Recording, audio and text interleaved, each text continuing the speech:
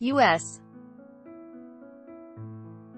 President Donald Trump said he expects a second tax overhaul to be unveiled in October or a bit earlier, and he is considering cutting the corporate tax rate to 20% from 21%. In an excerpt of a Fox Business Network interview to be broadcast on Sunday, Trump said, "We're doing a phase 2. We'll be doing it probably in October, maybe a little sooner than that. One of the things we're thinking about is bringing the 21% down to 20, and for the most part the rest of it would go right to the middle class," he said. Reporting by Eric Beach, editing by Mohammed Zargam.